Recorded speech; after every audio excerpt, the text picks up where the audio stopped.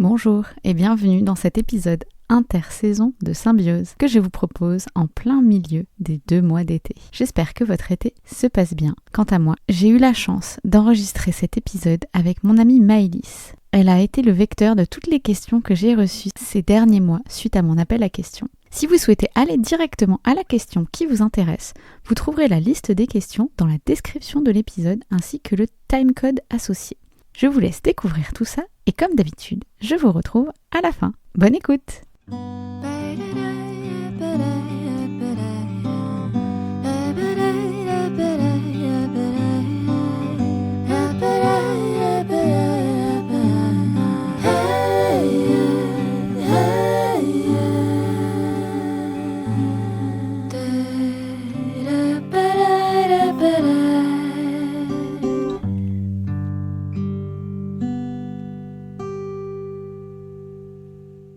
Bienvenue dans Symbiose, le podcast avec un S, et bienvenue pour un épisode un peu spécial. Aujourd'hui, je suis avec Maëlys, que vous avez déjà entendu dans un épisode précédent, et on va inverser les rôles, c'est elle qui va me poser des questions. Bonjour Amandine. Bonjour.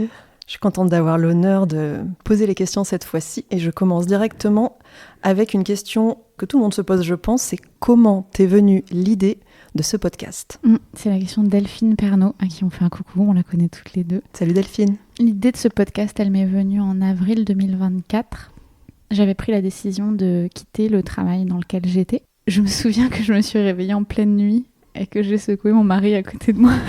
Je lui ai dit, en fait, je vais faire ça. Il y a eu plusieurs étapes avant ce réveil nocturne. L'une d'entre elles étant un moment où je me suis interrogée sur ma terrasse. Je crois que j'étais avec un café ou un thé, quelque chose comme ça. Et je me disais, mais c'est pas possible. Le fait que la majorité des humains voient le monde uniquement sous le prisme de « il est plus fort que moi » ou « je suis plus forte que lui », alors que dans le vivant, il y a des symbioses. C'était vraiment juste ça. Je suis partie juste de ça en me disant mais ça existe dans le vivant. Je suis ingénieur agronome, donc voilà, je sais que c'est possible. Comment ça se fait qu'on n'ait pas cette vision-là chez les humains, alors que dans les sciences de la vie, on nous apprend que la symbiose, c'est quand même une grosse partie du succès de l'écosystème dans lequel on vit, quoi. Voilà, c'est parti de là, et après il y a eu ce côté, en fait, je vais en faire un podcast, je vais aller chercher ces gens-là, et en plus, quand j'ai démarré, je me suis dit, mais je connais personne, je connais absolument aucun binôme que je pourrais interviewer, j'en connais pas. Bon, au final, ça va, ça c'est pas trop mal fini. Donc là, tu as expliqué la raison du choix de ton sujet. Qu'est-ce qui t'a poussé vers le podcast plus qu'un autre média ou un autre support? Je pense que je suis consommatrice de podcasts depuis longtemps. Je dirais au moins 2019, donc ça fait 6 ans maintenant. Je sais que, je sais pas si je vais garder ça dans le montage, mais j'ai toujours rêvé d'être interviewée dans un podcast. Donc je me rends compte face à toi aujourd'hui que c'est pas si simple, que c'est un peu intimidant, et je vis aussi du coup ce que mes interviewés vivent à chaque fois. Merci, un petit coucou à tous ceux qui écoutent, bravo, je vous admire. Mais ouais, du coup je pense qu'il y avait ce côté, j'aimerais tellement donner mon avis, m'exprimer, alors qu'au final c'est pas du tout ce qui se passe dans le podcast que je propose.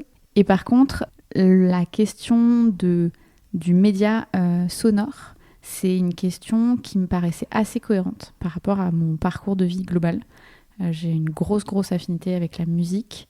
J'accorde beaucoup d'importance à la parole, aux nuances de ton, au son des voix. Et j'avais déjà une base de compétences techniques qui me permettait d'utiliser cet outil, puisque j'avais déjà fait du montage dans le cadre d'autres projets plutôt musicaux. Donc en fait, je me retrouvais avec une impression de pouvoir le faire, une envie de le faire. Et en plus de ça, et ça répond pas forcément à ta question, mais je le rajoute, le côté... ça fait 3 ans que j'étudie l'histoire de l'art en plus de tout le reste, et j'ai découvert que l'art c'était quelque chose de très vaste, que chacun avait sa propre manière de s'approprier le sujet et donc de faire de l'art à sa manière. Et je pense que pour ça il faut une conjonction de tes envies, ce que tu as envie d'exprimer, et là où tu es bon en fait, là où tu as la capacité de pouvoir produire quelque chose qui peut être mis dans le monde. Voilà, donc c'est tout ça en même temps. C'est déjà le moment pour une première interruption, afin de vous faire une recommandation en lien avec la discussion que l'on vient d'avoir. Pour explorer de façon un petit peu plus complète la relation entre art et travail, je vous invite à découvrir Perspective, la revue de l'Institut national de l'histoire de l'art, sortie en juin 2025 et dont le thème est travail. Cette revue, dont le rédacteur en chef est Thomas Golsen, m'a permis de découvrir à quel point l'art et le travail sont des notions pas si éloignées que ça et de réfléchir à la relation entre les deux depuis le Moyen-Âge. Si les notions d'art et de travail sont des notions qui vous intéressent en ce moment, je vous le recommande vivement. Et on retourne à la suite de l'épisode. Donc, ce que j'entends, c'est que à aucun moment tu n'as eu peur de l'obstacle que constituait l'apprentissage de la prise de son et d'une nouvelle technique en fait. Ouais, non, pas du tout. Alors ça fait partie à la fois de mes grandes forces et de mes grandes faiblesses. C'est-à-dire que j'ai tendance beaucoup à me lancer sans réfléchir dans les choses de manière générale. Félicitations. C'est pas toujours une bonne idée. Ça veut dire aussi que tu prends des murs. Le mur du montage, il a été assez violent. J'étais en mode « Ah, j'ai déjà fait, c'est facile. » Oui, j'ai déjà fait sur une vidéo YouTube pendant le confinement, sur un logiciel qui est absolument pas adapté au podcast. Et au final, quand je me suis retrouvée à devoir monter des épisodes avec le logiciel que je connaissais déjà, ça a été horrible. Enfin, j'ai passé... les 4 premiers épisodes ont été montés avec GarageBand, du coup, qui est le logiciel intégré aux ordinateurs Mac. Et c'est absolument pas adapté. Je le recommande à personne. Ne faites pas ça si vous voulez lancer un podcast, pas avec GarageBand. Et du coup, ma question suivante, logiquement, c'est comment tu t'es formée et quel matériel tu utilises ? Alors, je me suis pas formée. Je suis désolée. En fait, j'ai vraiment fait sur le tas, la partie montage en tout cas. C'est là où je disais, je suis quand même allée chercher beaucoup dans mon socle de compétences. Dans mon métier plutôt salarié avant, j'avais cette capacité à échanger avec plein de gens très différents, à réussir à capter la parole des gens, à comprendre ce qu'ils voulaient dire, à la traduire pour d'autres personnes. Ça me faisait pas peur. J'ai aussi, on va dire, une capacité à sortir de ma zone de confort et d'aller vers des gens que je connais pas en me disant c'est pas grave, je vais me prendre des murs peut-être ou pas. Ça m'est déjà arrivé là en plus avec le podcast d'aller vers des gens en disant j'ai trop envie de vous interviewer, que les gens ne me répondent jamais. Ça fait partie de ma personnalité. Donc la partie aller chercher des gens, faire parler des gens, ça je l'avais. Je me suis pas formée dessus. Je pourrais te parler après, si tu veux, d'une conférence Arte à laquelle j'ai assisté il y a pas longtemps. Et la partie technique, au final... pareil, je me suis pas formée, j'ai utilisé GarageBand pendant 4 épisodes. J'ai échangé avec Fanny Cohen-Moreau, à qui je fais aussi un petit coucou, qui est la productrice de nombreux podcasts, y compris le podcast Passion médiéviste, qui est un podcast de référence sur le Moyen-Âge que je conseille aux gens que ça intéresse. Et donc Fanny m'a parlé des logiciels qu'elle utilisait, elle m'a parlé notamment de Reaper, que j'ai essayé, qui était trop haut pour moi en termes de niveau, et donc actuellement je monte avec Audacity qui est un peu entre les deux, qui est gratuit accessoirement, et puis le jour où j'aurais pas réussi à faire tout ce que je voulais avec Audacity et j'en suis pas là pour l'instant, je passerai peut-être à Reaper, mais du coup ça sera l'étape d'après. Donc ça c'est la partie plutôt logicielle. Et pour la partie pure technique, j'ai des micros Shure, donc j'en ai 3. Shure? Oui, c'est la marque des micros, c'est une très bonne marque de micros, je recommande aussi.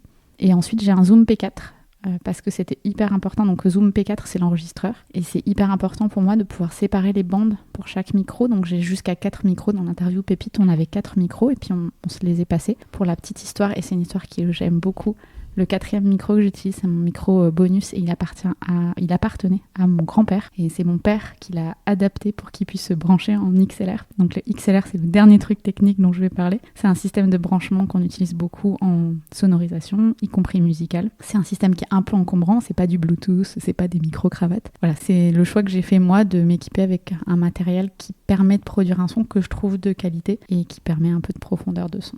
Et qui justifie la présence de nombreux câbles sur notre table actuellement. Alors la présence de nombreux câbles sur notre table actuellement, c'est clairement un résultat du manque d'expérience où je me lance dans les choses sans trop réfléchir. Donc j'ai commencé avec un micro Shure que mes collègues m'ont offert. Et en fait quand j'ai commandé mes câbles XLR, j'ai pas fait gaffe, j'ai pas réfléchi au fait que leur longueur de 3 mètres allait poser un problème sur les tables et puis même pour ranger, c'est vraiment l'angoisse en fait quand je vais ranger. Mais aujourd'hui je suis pas dans une démarche pour l'instant d'upgrader mon matériel, ça fait pas partie de mes priorités, donc pour l'instant je vis avec le matériel actuel. Voilà.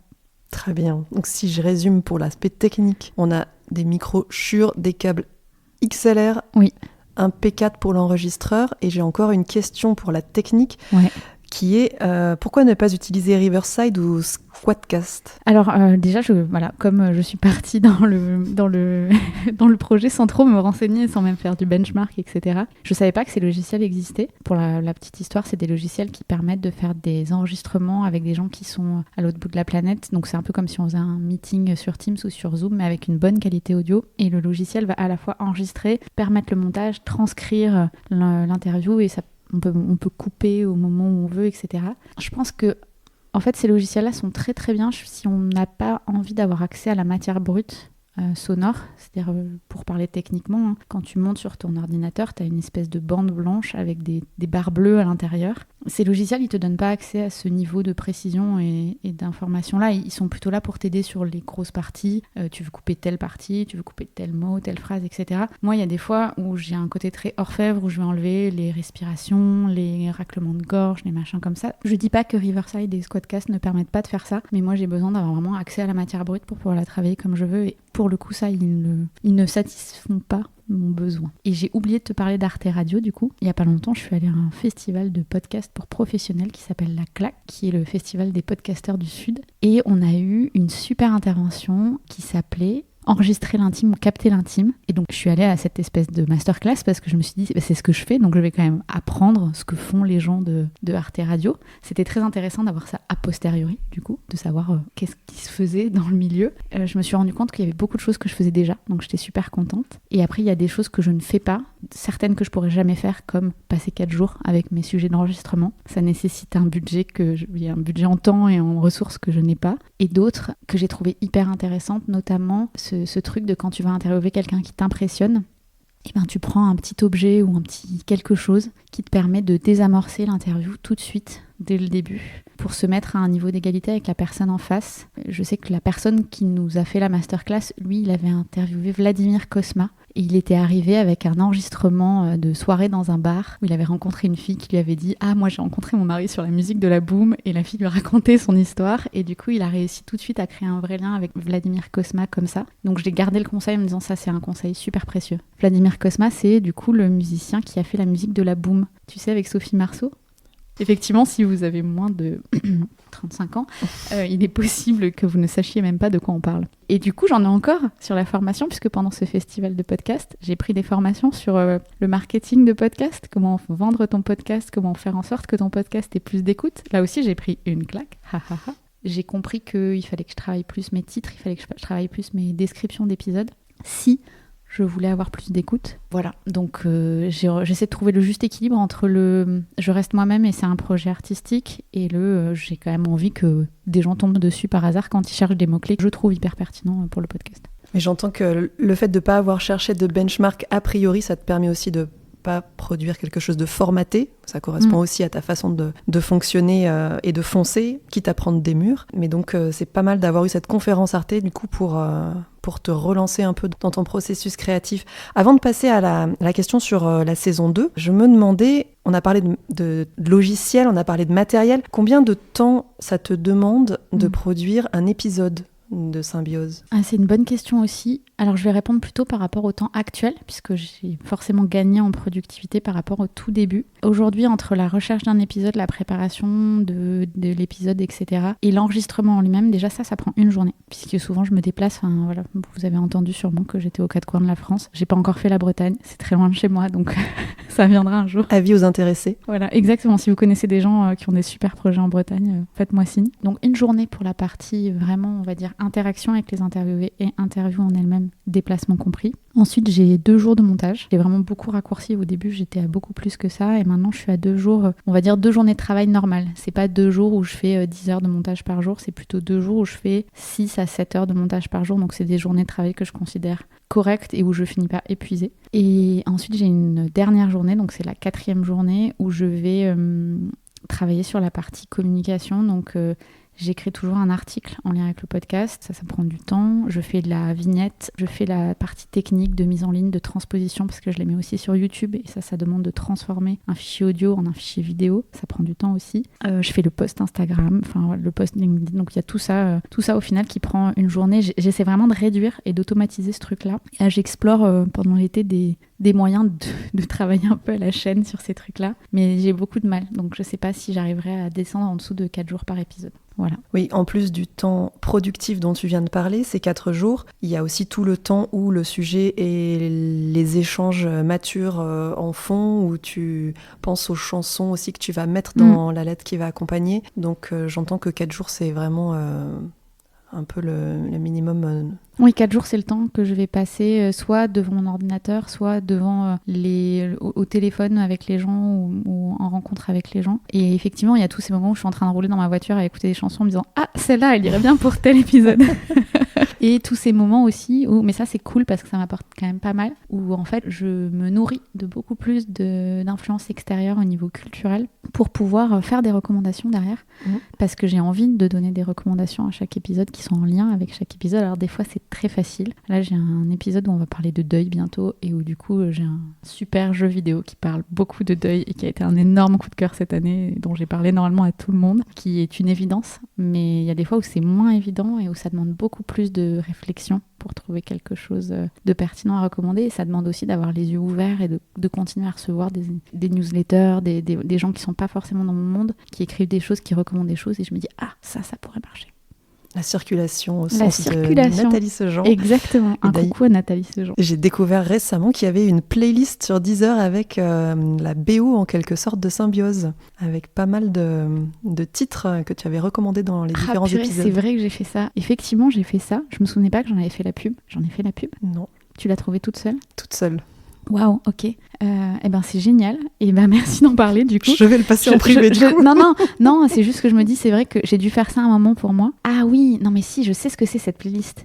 En plus, c'est pas la playlist officielle, c'est la playlist avec des chansons potentielles dedans. Il y a des chansons qui sont pas encore recommandées. Elle est longue cette playlist. Avis aux fans. Ouais, non mais c'est ça. Alors il faut savoir que Maëlys et moi on partage un compte Deezer, donc c'est peut-être pour ça que tu l'as trouvée. Mais ouais, effectivement, j'ai cette playlist où quand j'entends une chanson où ça pourrait marcher, je le rajoute à cette playlist pour que le 4e jour, quand je suis en train de préparer mon épisode, j'aille juste fouiller dans cette liste et je me dise « Ah oui, c'est cette chanson que j'avais déjà prévue pour. » Très bien.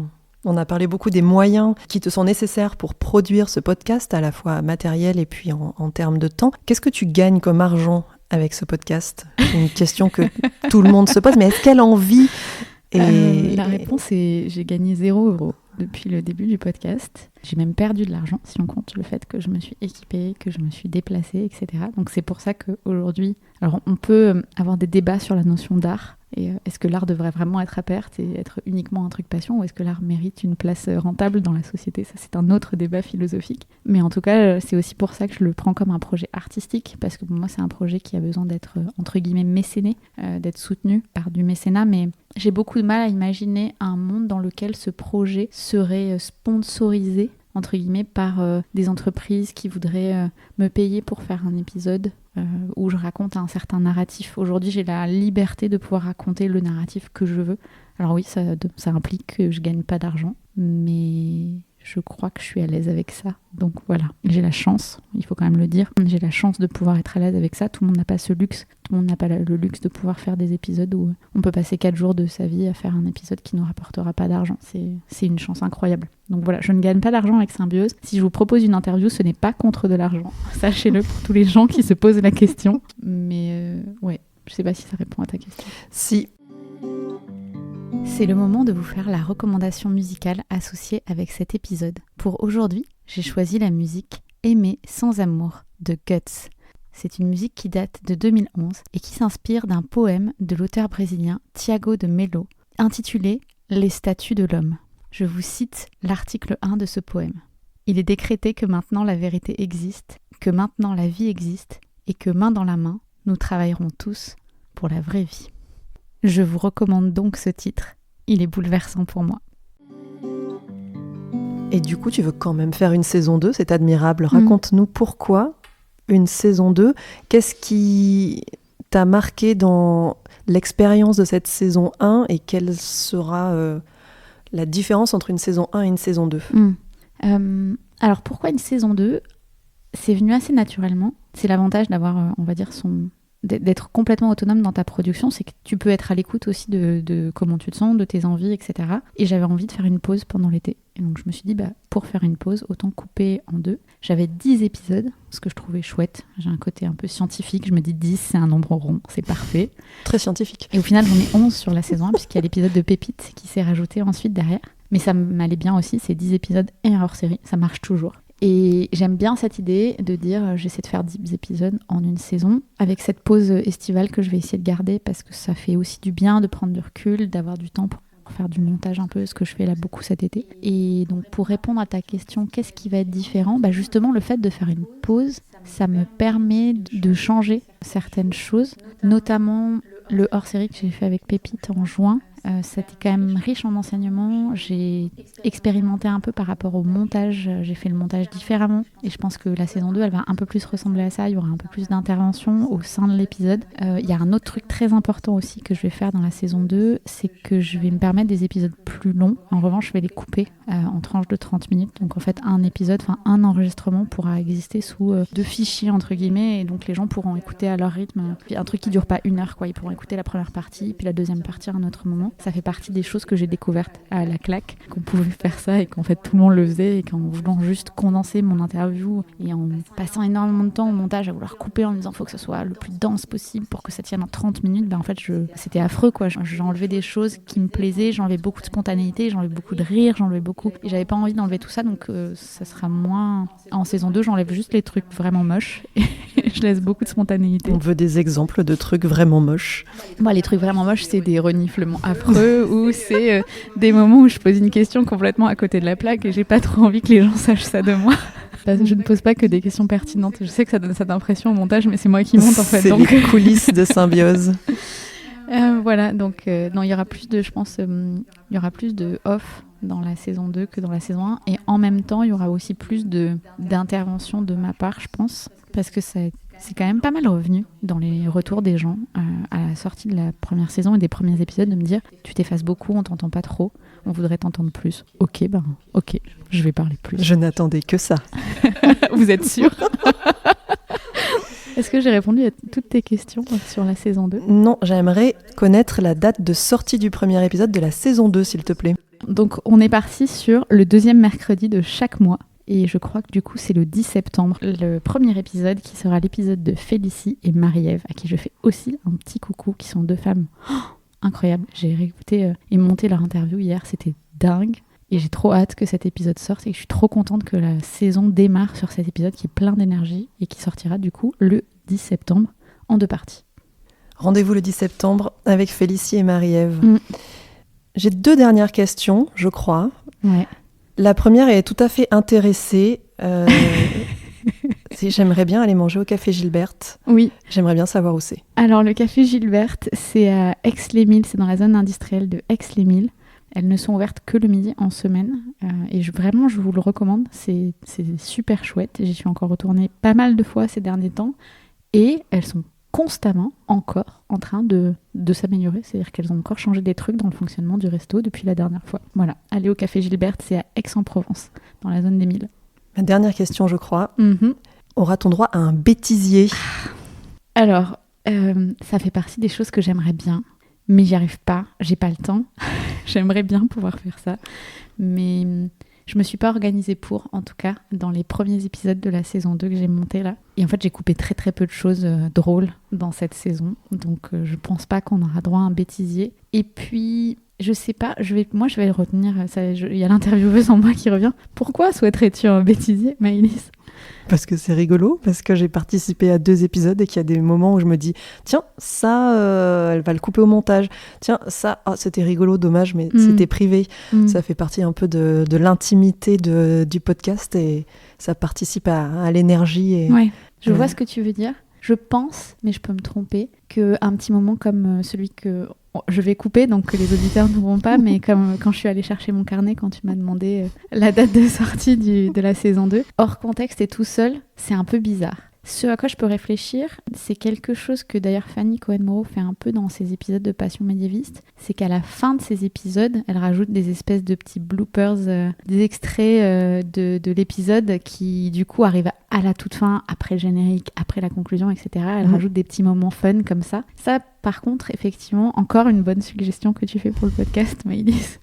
C'est vraiment quelque chose que je pourrais envisager. Et en plus, je me vois très bien le faire techniquement. C'est assez facile à faire au montage, donc je le garde en tête. Et si un jour vous avez des bloopers à la toute fin d'un épisode de Symbiose, vous savez que c'est grâce à Maëlys. Du coup, j'ai encore une question. C'est la thésaurisation, le côté capitalisation là, qui m'intéresse. C'est est-ce que tu as l'intention prévue, pensée, renoncer à faire un épisode, des leçons apprises ou des choses que tu as vues dans certains épisodes qui ont eu un écho ou alors des approches complètement opposées, et est-ce que tu arriverais à en tirer des enseignements pour les façons de collaborer, de coopérer et d'avoir des interactions mutuellement bénéfiques chez les humains? Alors c'est une très bonne question. J'ai fait cet exercice suite à un feedback que j'ai reçu de mon ami Clément Verdet, que je salue aussi, qui après l'épisode 1 m'avait dit écoute, c'est super sympa ton truc, mais j'ai rien appris. Je le cite parce qu'il m'a donné l'autorisation de le citer sur cette intervention. Et donc j'avais pris ça dans la face et j'ai pris 6 mois quand même pour réussir à en faire quelque chose de ce feedback. Et en conclusion de la saison 1, j'ai fait un petit carrousel sur LinkedIn où j'avais mis à chaque fois pour chaque épisode la leçon que j'avais tirée sur l'épisode en une phrase, donc de façon assez synthétique. Après, ce travail-là, moi, je le trouve pas complètement abouti, c'est-à-dire que je voudrais bien avoir plus d'épisodes enregistrés et avoir plus de recul, puisque aujourd'hui, j'ai pas de thèse qui permet d'englober tous les cas que j'ai enregistrés, et j'ai pas non plus à chaque fois que je vais sur un enregistrement, il y a encore un autre moyen de fonctionner. Et c'est quelque chose qui, je pense, fait que tout à l'heure, tu m'as dit pourquoi il y a une saison 2 alors que tu gagnes pas d'argent. Mais c'est parce qu'en fait, le sujet me fascine. Je veux continuer à explorer le truc et je veux comprendre pourquoi tout le monde est différent, pourquoi jamais personne marche pareil, pourquoi là où Bertrand et Hugues vont me dire on fait jamais de points ensemble, on voit pas l'intérêt, on a l'habitude, ça fait des années qu'on fonctionne ensemble. Félicie et Marie-Ève vont me dire on fait des points trimestriels alors que ça fait 8 ans qu'on bosse ensemble, c'est hyper important pour nous, on a un daily tous les matins avec notre humeur et tout. Et donc je suis là, mais en fait ça marche les deux, mais ça marche pas pareil, et je continue d'être émerveillée par ça. Donc je sais pas si à un moment j'arriverai à poser sur le papier les points communs que j'ai trouvés entre tous les épisodes. Pour l'instant, si je cherche, j'en ai très très peu. Le seul point commun que j'ai trouvé qui pour l'instant marche à chaque fois, c'est pour que ça fonctionne, il faut un projet commun. S'il n'y a pas de projet commun, ça fonctionne pas. Voilà, c'est le seul. Et j'aime bien parce que ça fait vachement le lien avec mon autre métier, donc je trouve ça cool. Mais c'est tout, j'ai rien trouvé d'autre. Tu veux nous parler de ton autre métier, c'est le moment. Je suis chef de projet, et je pilote des projets et j'accompagne des chefs de projet qui sont encore juniors ou qui ont plutôt des expertises métiers et pas des expertises gestion de projet, à la gestion de projet. Voilà. Parfait. Je crois que j'en ai terminé avec mes questions. J'espère que de passer du côté des interviewés a fini par te plaire. C'était fascinant. J'ai beaucoup aimé au final. C'était un peu mon rêve qui se réalise. C'est quand tu veux. Et je suis vraiment ravie que tu aies participé à cet épisode. J'aime beaucoup collaborer avec toi, Maëlys. Et c'est réciproque. Donc merci pour ta présence miraculeuse ce soir, dans un endroit improbable où nous nous trouvons toutes les deux en même temps, ce qui est une coïncidence absolument dingue, et où mes micros sont là aussi pour qu'on puisse enregistrer cet épisode. Voilà, merci à toi pour ton soutien permanent. Merci Amandine. Salut Maëlys.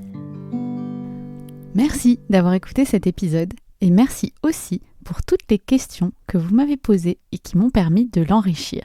Avant de vous quitter, je voudrais revenir sur un point mentionné pendant l'épisode.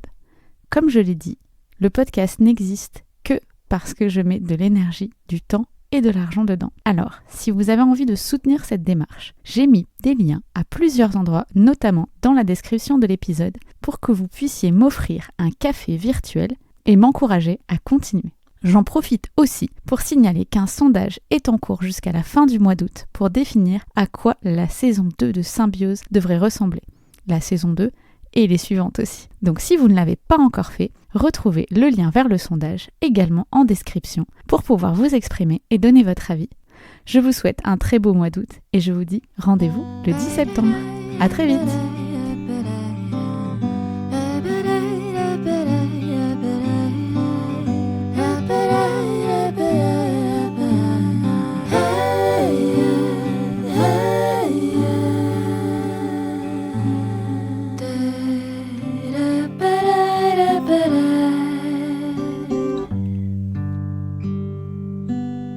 C'était stressant.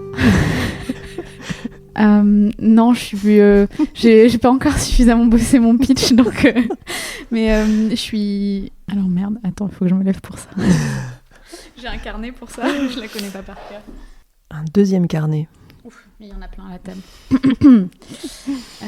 Non, parce que j'ai fait des calculs poussés. Scientifiques. Regarde, hop, je te montre. Des simulations. Dreams are my reality. Voilà, ça. Tu peux la reposer, j'ai oublié la question.